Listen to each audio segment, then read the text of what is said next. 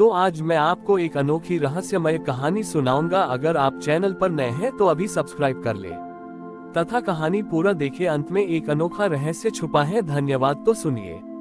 ये कहानी बहुत समय पहले की है, जब विंध्याचल के घने जंगलों के बीच अश्रुपुर नाम का एक छोटा सा नगर हुआ करता था। इस नगर का नाम अश्रुपुर इसलिए पड़ा था क्योंकि यहाँ के लोग बहुत भावुक थे और उनकी मान्यता थी कि महादेव के नेत्रों से गिरे आंसुओं से ही यहाँ की वनस्पतियाँ उपजी हैं। वहाँ विमल नाम का एक चित्रकार रहता था।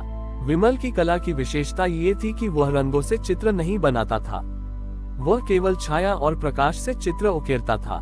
वह दीवारों पर इस तरह से नक्काशी करता कि जब सूरज की रोशनी एक निश्चित कोण से पड़ती तो दीवार पर महादेव की आकृति उभर आती। विमल का एक संकल्प था, वह महादेव का एक ऐसा चित्र बनाना चाहता था जिसे अंधे भी देख सके और गूंगे भी गा सके। लोग उसका मजाक उड़ाते, विमल, बिना रंगों के चित्र और बिना आवाज के संगीत कैसे संभव है। उद्धरण चिन्ह। एक बार राज्य में एक विदेशी यात्री आया जो बहुत अहंकारी था। उसने विमल को चुनौती दी, तुम कहते हो कि तुम्हारी कला दिव्य है, तो मुझे महादेव का वह रूप दिखाओ जिसे काल भी न मिटा सके। पत्थर घिस जाते हैं, रंग फीके पड़ जाते हैं, तुम्हारी ये परछाइयां तो सूरज डूबते ही मर जाएंगी। विमल शांत रहा। उसने उस यात्री को नगर के बाहर एक पुरानी जर्जर बावड़ी के पास बुलाया। उस बावड़ी में पानी नहीं था, केवल सूखी मिट्टी और कंकड़ थे। विमल ने यात्री से कहा, कल सुबह जब पहली किरण फूटेगी तब आप यहाँ आना। पूरी रात विमल ने उस बावड़ी की दीवारों पर कोई चित्र नहीं बनाया। उसने बस वहाँ की मिट्टी को इस तरह से ऊपर नीचे किया और पत्थरों को ऐसे क्रम में रखा कि वे एक भूल भुलैया जैसे दिखने लगे। सुबह हुई। जैसे ही सूर्य की पहली किरण उस बावड़ी के भीतर प्रविष्ट हुई, उन उबड़ खाबड़ पत्थरों की परछाइयां नीचे की समतल जमीन पर गिरने लगी। उन हजारों छोटी बड़ी परछाइयों के मेल से जमीन पर साक्षात महादेव का तांडव रूप उभर आया। लेकिन चमत्कार यह नहीं था। चमत्कार तब हुआ जब हवा चली।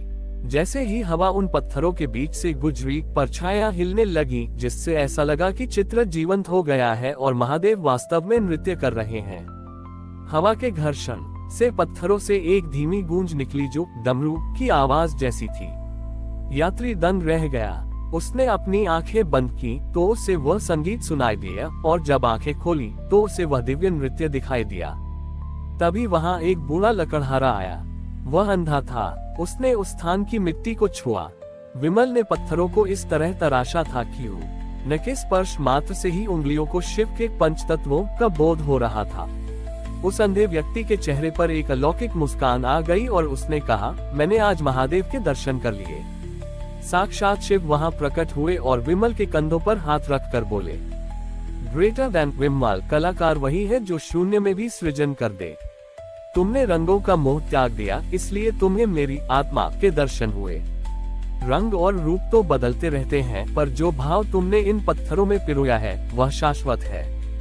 Greater than. महादेव ने उस सूखी बावड़ी को स्पर्श किया और वह शीतल जल से भर गई। वह जल इतना पारदर्शी था कि उसमें किसी का चेहरा नहीं बल्कि व्यक्ति के भीतर का चरित्र दिखाई देता था। विमल ने दुनिया को सिखाया कि महादेव को पाने के लिए बाहरी साज सज्जा की जरूरत नहीं है। यदि हम अपने जीवन के अंधेरे और प्रकाश को सही ढंग से व्यवस्थित करना सीख लें तो हमारे जीवन की परछाइयां भी शिव का रूप ले सकती हैं।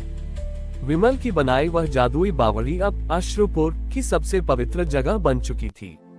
उस जल की चर्चा सुनकर राज्य के राजा चंद्रसेन वहां पहुंचे। राजा चंद्रसेन एक शूरवीर योद्धा थे, लेकिन उनके मन में एक गहरा संशय था। उन्हें लगता था कि वे बहुत धर्मात्मा हैं क्योंकि उन्होंने दर्जनों मंदिर बनवाए थे और हजारों ब्राह्मणों को दान दिया था। राजा अपने मंत्रियों के साथ बावड़ी के किनारे खड़े हुए और बड़े गर्व से जल में झांका।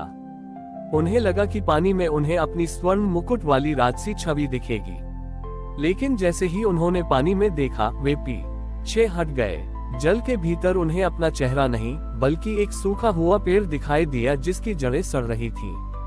राजा क्रोधित हो गए, विमल, ये कैसा छल है? इस जल में मेरी भव्यता क्यों नहीं दिख रही?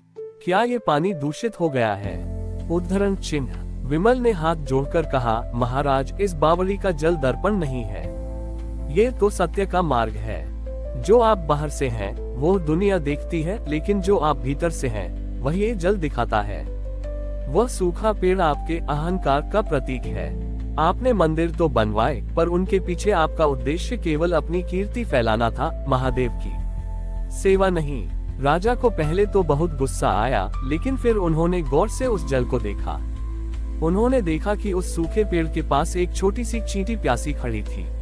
राजा को याद आया कि कल ही उन्होंने एक नए महल के निर्माण के लिए एक पुराने बगीचे को उजाड़ने का आदेश दिया था, जहां हजारों छोटे जीवों के घर थे। राजा का हृदय कांप उठा। उन्होंने अपना मुकुट उतारा और साधारण वस्त्र धारण कर बावड़ी की सीढ़ियों पर बैठ गए। उन्होंने प्रतिज्ञा की, जब तक ये जल मुझे मेरा वास्तविक स्वरूप सच्चाई स्वीकार करने की शक्ति नहीं देगा, मैं राजमहल वापस नहीं जाऊंगा। कई दिनों तक राजा वहीं रहे और विमल के साथ मिलकर यात्रियों की सेवा करने लगे। वे स्वयं अपने हाथों से लोगों के पैर धोते और उन्हें जल पिलाते। धीरे धीरे उनके मन का अहंकार गलने लगा। एक सुबह जब राजा ने फिर से उस जल में देखा, तो वह सूखा पेड़ हरा भरा हो चुका था और उसकी शाखाओं पर फूल खिले थे। सबसे अद्भुत बात ये थी कि उस जल के प्रतिबिंब में अब उन्हें स्वयं का चेहरा नहीं, बल्कि साक्षात नीलकंठ महादेव के दर्शन हुए, जो मुस्कुरा रहे थे। महादेव की आवाज उस जल की लहरों से गूंजी, ग्रेटर देन चंद्रसेन, जब तक तुम राजा बनकर मुझे ढूंढ रहे थे, मैं तुमसे कोसों दूर था। आज तुम सेवक बनकर आए हो, तो देखो मैं तुम्हारे भीतर ही हूँ। न्याय और करुणा ही मेरी वास्तविक पूजा है। Greater than. राजा चंद्रसेन ने उस दिन से अपना शासन करने का तरीका बदल दिया। उन्होंने भव्य मंदिरों के बजाय पाठशालाएं और चिकित्सालय बनवाए। उन्होंने विमल से कहा, तुमने मुझे वह आंखें दी जिससे मैं स्वयं के दोष देख सका। विमल की वह बावड़ी आज भी उन लोगों के लिए एक तीर्थ है जो अपने भीतर को साफ करना चाहते हैं। माना जाता है कि जो व्यक्ति अपने अहंकार को उस बावड़ी की सीढ़ियों पर छोड़ देता है, उसे जल में महादेव की वही दिव्य मुस्कान आज भी दिखाई देती है। हमारी और भी आध्यात्मिक एवं अनोखी कहानियां देखने के लिए हमारे चैनल पर जाएं तथा धार्मिक एवं पौराणिक अनोखी कहानियां हमारे चैनल पर है। कृपया जाके देखें तथा हमारे चैनल को सब्सक्राइब करके रखें और वीडियो लाइक जरूर करें। धन्यवाद।